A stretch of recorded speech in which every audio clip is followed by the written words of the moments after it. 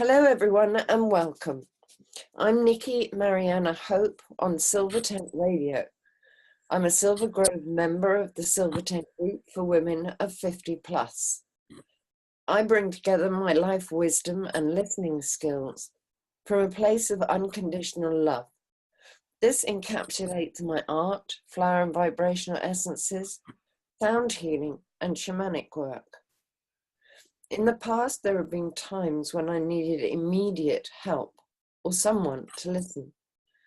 So after an initial conversation, I offer my clients ongoing phone or online support day and night as the need arises, for as long as it's required. My guest today is Resa Ferrier, who's based in the northeast of the USA.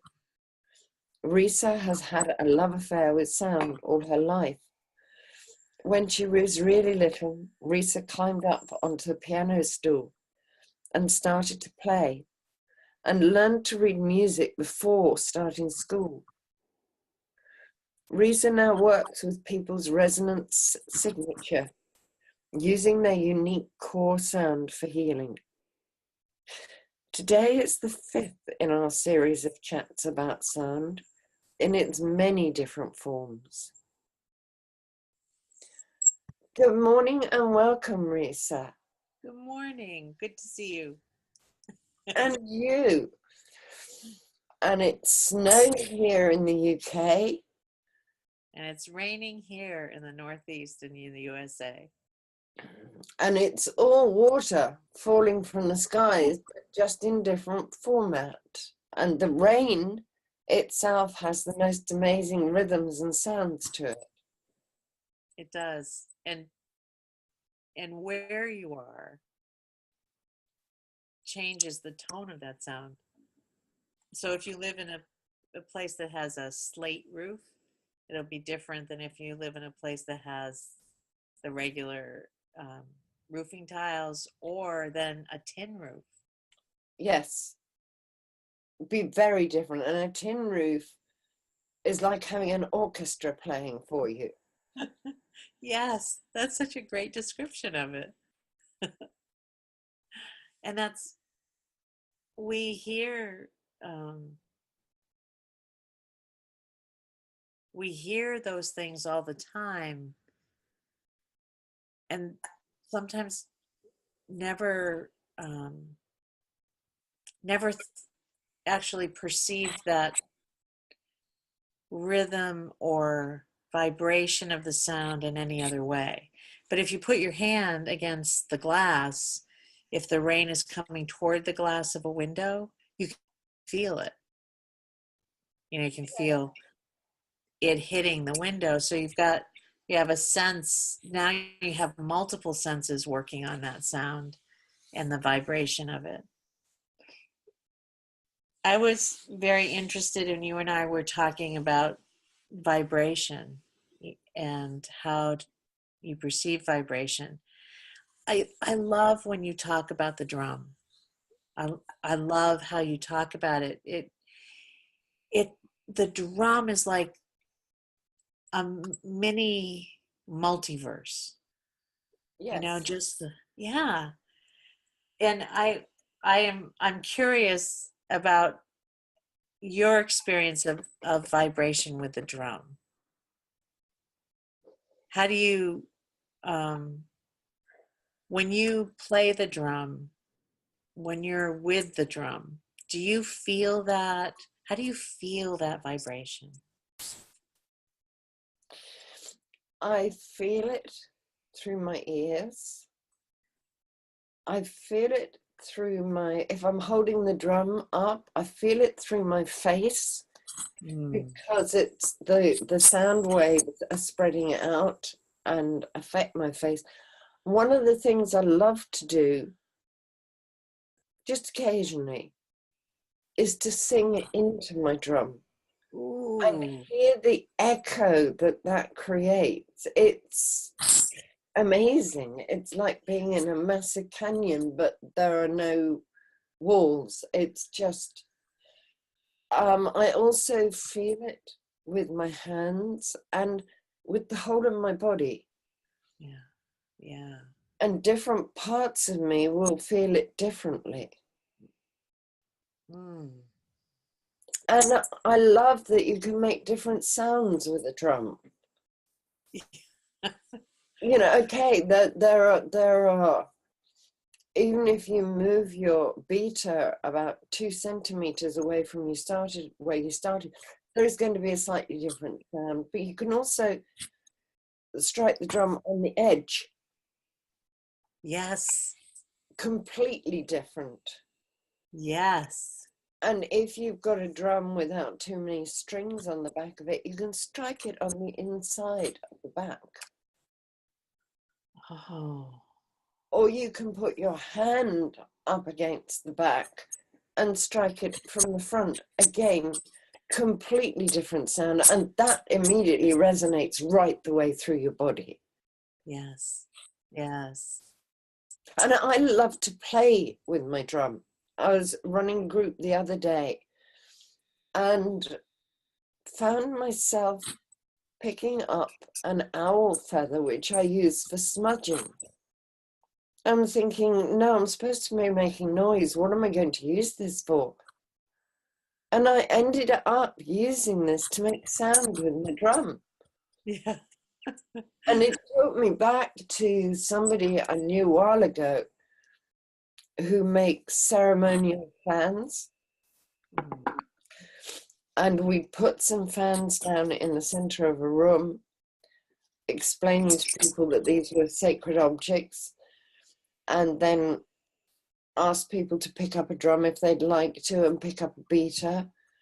And this poor lady nearly had kittens because she saw somebody picking up a drum with her sacred prayer fan and striking the drum with it.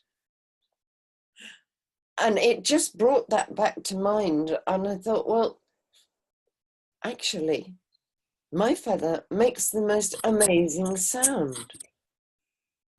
And perhaps her fan was making the most amazing sound, but in her mind, that fan was a prayer fan.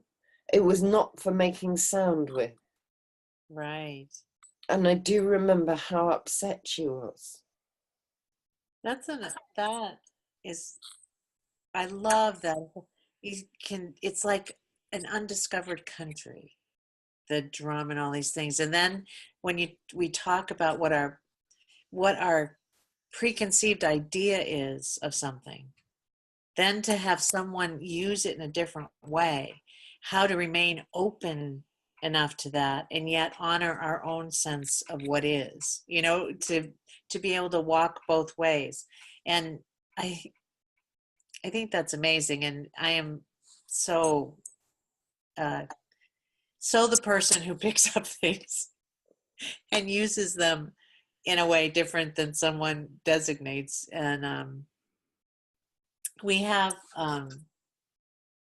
a shofar, a ram's horn that is blown. It has a sacred intent to it that is outside of my realm. It's part of the Jewish tradition, and my father-in-law had gifted it to his son, my husband. And I remember when Steve first brought it home, he was trying to blow it, and it wasn't working. So I picked it up, and right away he goes, "Hey." I said, "Hey, who knows what's in our lineage, right? We don't know back to forever." And I said, "And this is my thing." So I remember though, we had someone visiting who was um, from Israel and was more traditional, and I picked it up, and they looked at me, and I said, "In this house, everything that is here is for people to touch." And I said, "There's no disrespect of any tradition. Within these walls, we've formed our own tradition." So the sound of this is so beautiful. I cannot let it be silent. And we talked about it afterwards. And he said to me, I was okay with that because you're not trying to twist something or do. He said it's the people who don't have any idea who use something and use it in a way that maybe really is in the face of what it was, you know, made for. And I said, well, let's be honest, the ram's horn was made for the ram. You know, they take it from him afterwards and make this. So the thing about that is, though, think about it. Those sounds have a primordial connection, just as the difference a drum does. Drums, certain types of horns made out of natural materials, the flutes that are carved out of pieces of a tree. You know, there's a whole rumbling in part of them that resonates from the place it came from and how it was made. You know, that factors into it. Oh, yes. Yeah. And I had, you know, that I had, I've talked to you about that my journey with drums was challenging. And when I finally was able to make peace with drums and be able to use them, I realized that it was connecting me back through the very center of life, and that I had been kind of dancing around that for a long time.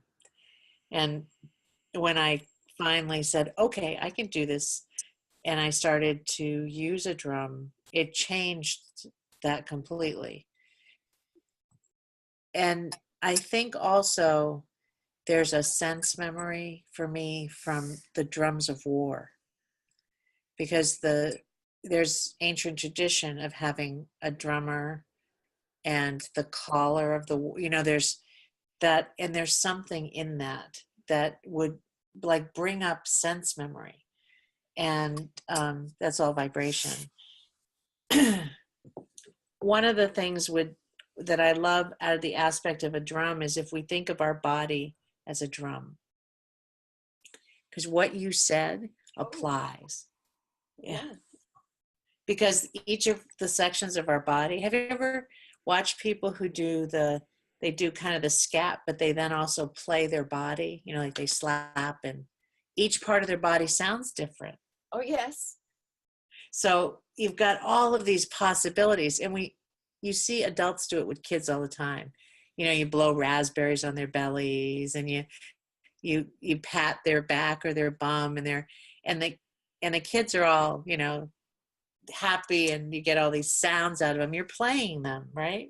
Yes. And then so as adults, we kind of sometimes get away from that. It's like, well, we're supposed to be more sedate or whatever. But I love that, you know, that piece of, my husband tends to play people's bodies when he knows. He's always tapping and clapping on them, and it always makes me laugh. And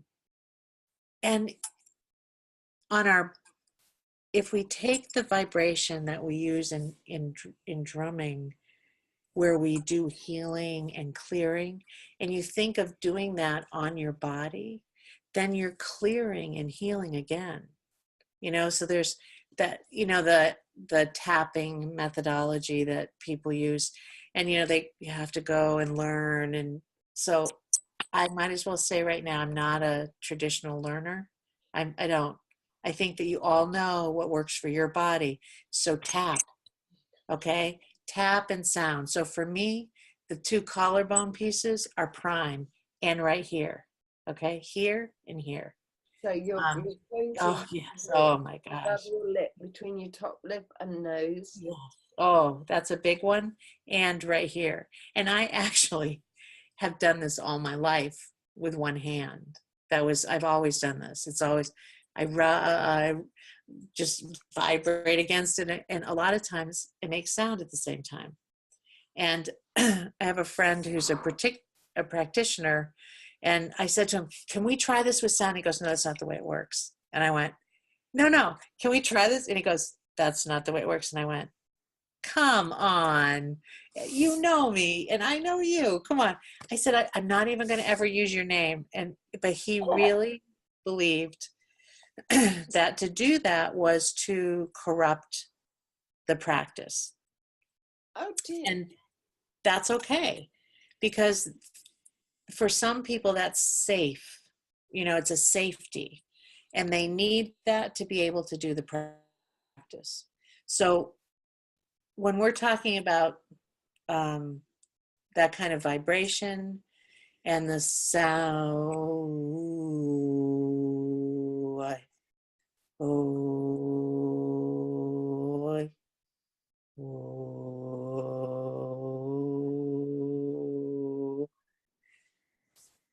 Now, while you were making that sound, you were tapping yes, on my collarbones. on your collarbones, which is what was giving it the vibration. Yes. And the thing is, when you're looking and somebody jiggles you and you go, right? Yes. So sometimes when I come home from work, we're talking about rituals for release. My husband will jump up and down with me, and that's what I do. Brilliant. Because so there's no book or teaching that's going to really tell you right and wrong.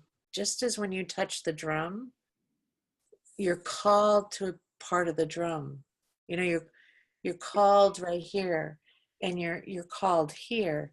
So when you touch your body, there's times when you need that sound. You need to know that sound from you. Yes. And sometimes you need to, it's a swirl. I was telling you earlier how I love the sound of a brush on the drum. And when you said about the feather, I thought, and an owl feather at that, right? Just that's magnificent. The sound is incredible. And those are things that if we have a line that we can't cross ever, we may never experience unless someone comes to us who does cross that line. So I think we have to really celebrate those distinctions between us, because that's what makes the orchestra rich, right? Is what we each bring. Yes. Yeah. And each of us has our own unique take and feeling and experience of sound. Right. And the simple things, even the miracle worker, which had that famous scene in it where the teacher tells Helen Keller to put her hand on her throat, or puts her hand there, and then puts her hand on her own throat, so that Helen can feel what the vibration is for the sound, because she can't hear it. Oh, wow. So what happens is that's how they begin their teaching, for her to start forming sound. And sometimes if you're really, the whole piece of putting your hand over your throat, if it's someone else's hand, can be it's a position of extreme trust. And sometimes, I had a therapist do it once and I hit her. I'm just being honest. So I'm not your therapist. and I said to her, I'm so sorry. And she goes, well, obviously that is a sense memory. So, we worked on it, and it pointed something out. What I'm saying though is, sometimes when you're working with yourself or with a beloved, this can be an intimate exchange of vibration by putting your hand on the other person's throat. And you're not pressing, you're just resting your hand there so you can feel the vibration. And they do the same to you. And you can sing the word beloved. So it's a very intimate. Yes. And we have the ability to access vibration in all these forms. The dance. Okay, you see people walk down the street. You see people dance down the street sometimes. You know, they're walking, but they're really dancing. And that vibration is so different. And look at how people respond. You always get the person who wants to shake their head, but then there's a little smile, you know, and then other people stop and they kind of, their hands go out a little, so they're absorbing the vibration and they don't even know it. And then other people will wave, which is when you put your hand out to wave, you're exchanging energy. Yes. So you have all these forms of vibration exchange that are happening from one person responding to the vibration they feel. So just imagine if we're all out there responding to the vibrations we feel. That's going to be awesome. Yes. Well, Resa, I'm sorry, but I think we've got to leave it there for today. Okay. It's been lovely as ever chatting to you. And yes, learning about drums and people and how we interact with vibrations without even realizing it. Right. And so how can people contact you, Resa? You can reach me at Resa Ferrier on Facebook, or it's actually at Spirit Sounding, or you can Skype me at Resa Ferrier on Skype. So Facebook is at Spirit Sounding, Skype is at Resa Ferrier.